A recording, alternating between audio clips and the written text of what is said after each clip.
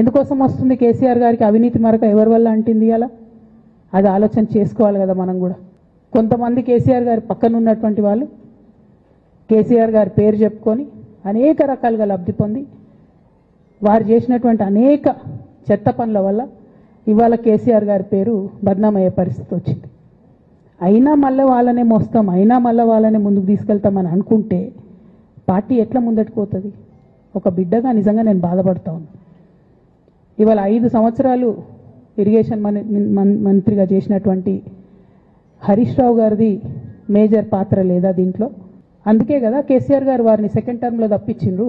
ఈ మొత్తం కాళేశ్వరం ఎపిసోడ్లో కేసీఆర్ గారికి మరక అంటిందంటే 2-3 వ్యక్తులు కారణం. మాజీ రాజ్యసభ సభ్యుడు ఒకలైతే, హరీష్ రావు గారు ఒకలైతే, మేఘా కృష్ణారెడ్డి గారు ఇంకోటి, మేఘానో బోగానో ఏదో. తెలంగాణ రాష్ట్రం మాజీ ముఖ్యమంత్రులు కేసీఆర్ గారి నాయకత్వంలో ఏ విధంగా ఏర్పడిందో తెలంగాణ రాష్ట్ర ప్రజలందరికీ తెలుసు. కుటుంబం అంటారు, కానీ కుటుంబంలో ఉన్న 5గురుతో పాటు ప్రతి ఒక్కరూ ఉద్యమంలో పాల్గొని సాధించినటువంటి తెలంగాణ ఇది.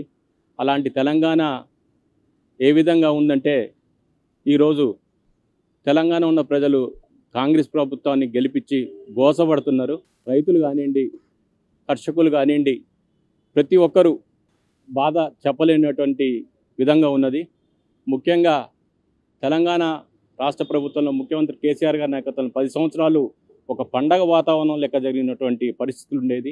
ఈరోజు ప్రతి ఒక్కరు కింద పేదవర్గం నుంచి ఉన్నత వర్గం వరకు ఈరోజు ఈ కాంగ్రెస్ పార్టీని, రేవంత్ రెడ్డిని అసహించుకునే పరిస్థితి ఉన్నది. అదేవిధంగా కేసీఆర్ గారి కుటుంబంలో కూడా ఆ రోజు వాళ్ళు ఒక 5 ఏళ్ళు పిడిక బిగిస్తేనే మనం ఆ ఉద్యమంలో కుటుంబంలో ఉన్నటువంటి పరిస్థితి ఉండేది.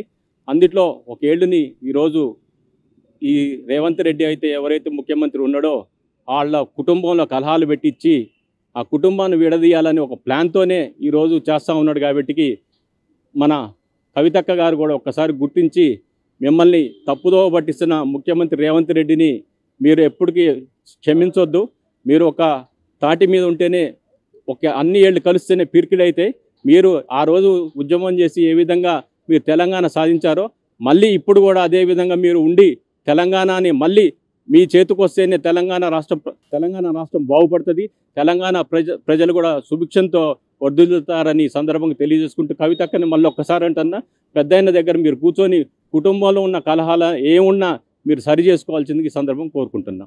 భారతదేశంలో ఉన్నటువంటి ప్రాంతీయ పార్టీలో అతిపెద్ద ప్రాంతీయ పార్టీగా ఈరోజు తెలంగాణలో బీఆర్ఎస్ పార్టీ ఉన్నది. మరి అట్లాంటి బీఆర్ఎస్ పార్టీకి 60 లక్షల మంది ఈరోజు సభ్యత్వం కూడా ఉన్నది. అంత అతిపెద్ద పార్టీ కేసీఆర్ గారు 14 సంవత్సరాలు ఉద్యమం చేసి మరి వాళ్ళ తెలంగాణ ప్రజలకు 10 సంవత్సరాల ప్రభుత్వంలో సుపరిపాలన అందించినటువంటి నాయకుడిగా ఈరోజు అధికారంలో ఉన్నటువంటి కాంగ్రెస్ పార్టీకి ప్రధాన ప్రతిపక్ష పార్టీగా ఇలా తెలంగాణ రాష్ట్రంలో బీఆర్ఎస్ పార్టీ ఉంది.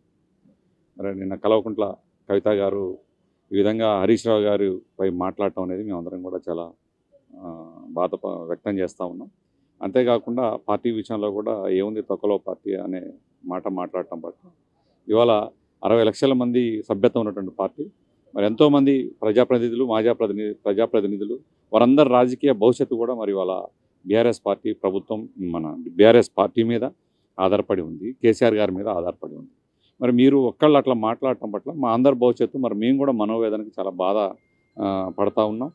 ఏదేమైనా మీకు కుటుంబ కలహాలు లేకపోతే పార్టీల మధ్య ఏమైనా విభేదాలు ఉంటే, పార్టీలో మీకు ఏమైనా విభేదాలు ఉంటే కూర్చొని ఇంట్లో సామరస్యంగా పెద్ద కేసీఆర్ గారి దగ్గర కూర్చొని మాట్లాడుకోవాలి తప్ప ఇట్లా పార్టీని బజార్న పడేసేటువంటి పరిస్థితి మాత్రం ఎట్టి పరిస్థితిలో తీసుకురావద్దని చెప్పి మేము కవిత గారికి చెప్తా ఉన్నాం. ఇది బీఆర్ఎస్ పార్టీ అంటే అందరి పార్టీ. ఈ తెలంగాణ రాష్ట్రంలో ఉన్నటువంటి ప్రతి ఒక్క కార్యకర్త ఇది నా పార్టీ, నా ఇంటి పార్టీ అని భావించేటువంటి పార్టీ ఇది. కాబట్టి పార్టీ అందరిది, ఏ ఒక్కరిది కాదు. మీరు అలా మాట్లాడటం పట్ల మేమందరం కూడా బాధను వ్యక్తం పరుస్తూ ఉన్నాం. దయచేసి ఇంకోసారి ఎక్కడ కూడా అట్లాంటి వ్యాఖ్యలు చేయొద్దని చెప్పి మేము కవిత గారికి కూడా సూచన చేస్తూ ఉన్నాం.